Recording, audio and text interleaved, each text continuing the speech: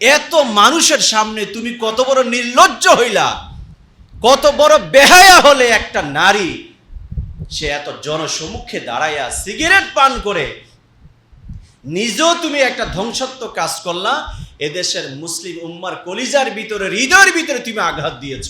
আরে ভাই, একজন হিন্দু, বৌদ্ধ, খ্রিস্টান পর্যন্ত মুসলমানদের রোজাদারদের সামনে দাঁড়াইয়া সম্মান দেয় কি দেয় না? জোরে বলেন না, দেয় কি না?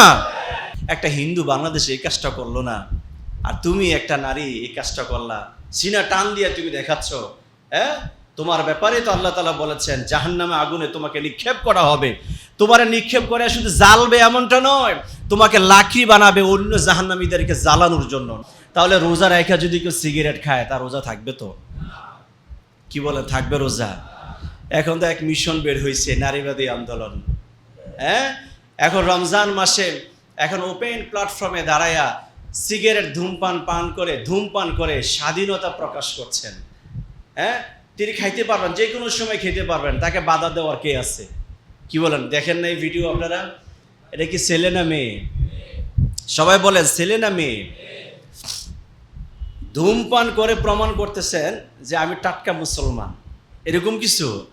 ধূমপান করে প্রমাণ করতেছেন যে আমাদের দেশ মুসলিম কান্ট্রি হলেও আমরা সব কাজ করে স্বাধীনতা দিয়ে রাখতে চাই, কারো মনে যেন আঘাত না আসে। হ্যাঁ, কি মানবাধিকার কর্মী!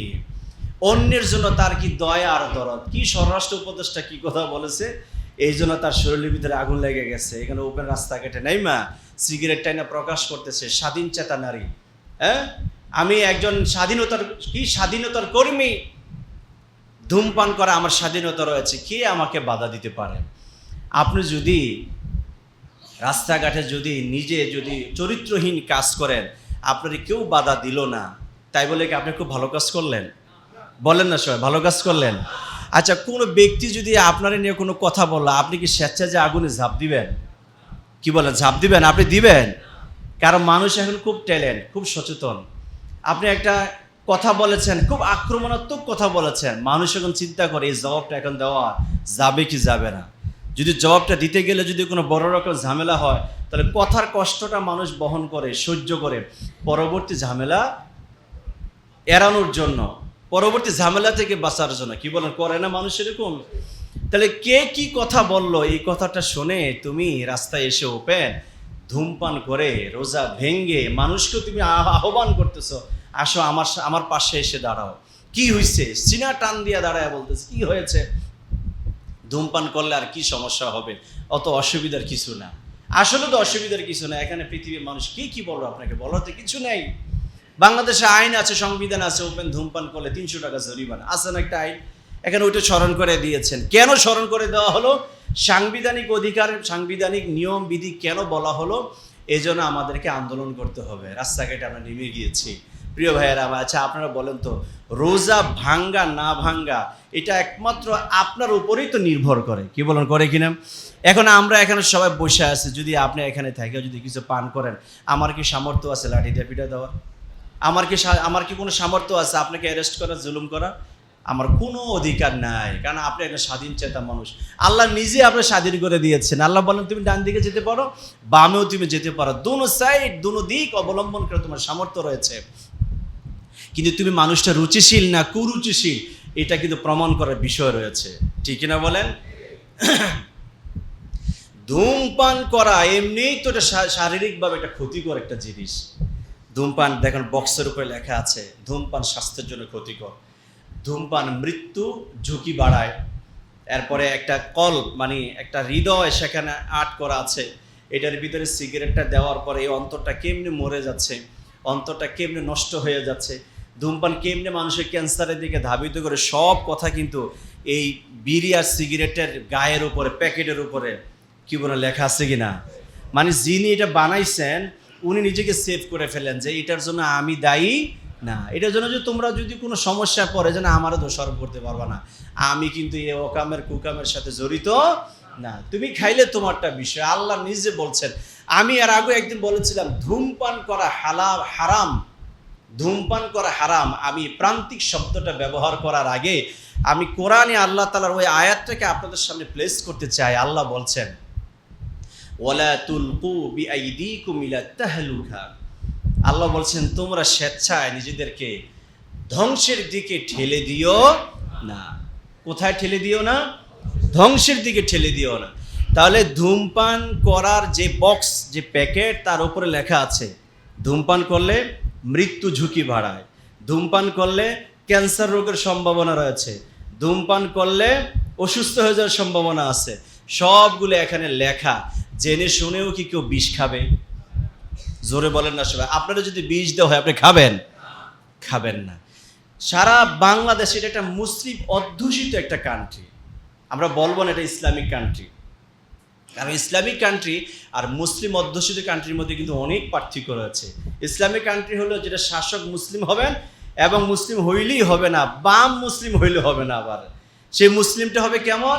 যে শাসকটা হবে কোরআন এবং সুন্নাহ অনুযায়ী রাষ্ট্র পরিচালনা করবে, সেটা হলো ইসলামিক কান্ট্রি। চুরি করছে তো শাসন করা হবে, নামাজ পড়ো নাই তো বিচার করা হবে, চুরি করেছে তো তার জনসম্মুখে তার বিচার করা হবে, ডাকাতি করলে বিচার হবে, হত্যা করলে তার কিসাস দেওয়া হবে। এগুলো ইসলামিক ল মেনে রাষ্ট্র পরিচালনা করা হবে। এটা হলো ইসলামিক কান্ট্রি। আমাদের দেশে ধরেন 90+% হলো মুসলিম। এদেশে মানুষ রমজান মাস আসলে সম্মান করে কি করে না? জোরে বলেন না, করে কি না?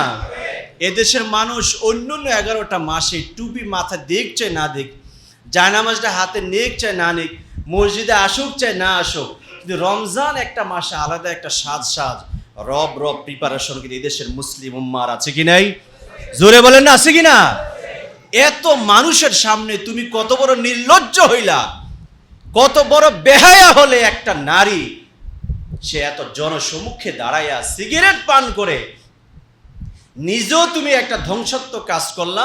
এদেশের মুসলিম উম্মার কলিজার ভিতরে, হৃদয়ের ভিতরে তুমি আঘাত দিয়েছ, ঠিক কিনা বলেন? এটিকে দ্রুত ধৈর্য অ্যারেস্ট করে জেলের ভিতরে ঢুকানো দরকার, তাড়াতাড়ি এগুলোকে পানিশমেন্ট দেওয়া দরকার। নিজেরাও চরিত্রহীন হচ্ছে, এই দেশের যারা আপামর জনতা রয়েছে, যুবক রয়েছে, যুবতী রয়েছে, তাদেরকে ওই অন্যায়ের সাথে সম্পৃক্ত করা একটা বিশাল পায় তারা করছে। এগুলি নিজেরা কি হয়ে গেলে তারা নিজেদেরকে নিয়ে ভাবে না, তারা ভাবে এই সমাজটা যেন সুন্দর না থাকে, এদেশের মানুষগুলো যেন রোজাদার হয়ে আল্লাহওয়ালা হয়ে না যায়। একটা বিশাল সুকৌশলে একটা বড় রকমের পায় তারা হচ্ছে। আজ করতে পারছেন তো আপনারা? এগুলি আমাদের দেশে কখনো এইভাবে রমজান মাসে দাঁড়ায় সিগারেট পান করেছে? আমি তো আপনাদের ছোট, আপনারা অনেক মুরব্বী আছেন, এরকম জলজন্ত প্রমাণ আছে কিনা আমার জানারাই। আরে ভাই, একজন হিন্দু, বৌদ্ধ, খ্রিস্টান পর্যন্ত মুসলমানদের রোজাদারদের সামনে দাঁড়ায় সম্মান দেয় কি দেয় না? জোরে বলেন না, দেয় কি না? অনেকে তো হিন্দু প্রতিষ্ঠানে চাকরি করেন, আমাদের সাথে শেয়ার করেন, হুজুর আমাদের প্রতিষ্ঠানে ইফতারের আইটেম দেওয়া হয়, নামাজের সময় আলাদা প্রেয়ার রুম তৈরি করে দেওয়া হয়েছে, এবং ইফতারের সময় বলা হয়েছে যদি থাকো তোমাদের জন্য আমার পক্ষ থেকে ইফতার থাকবে।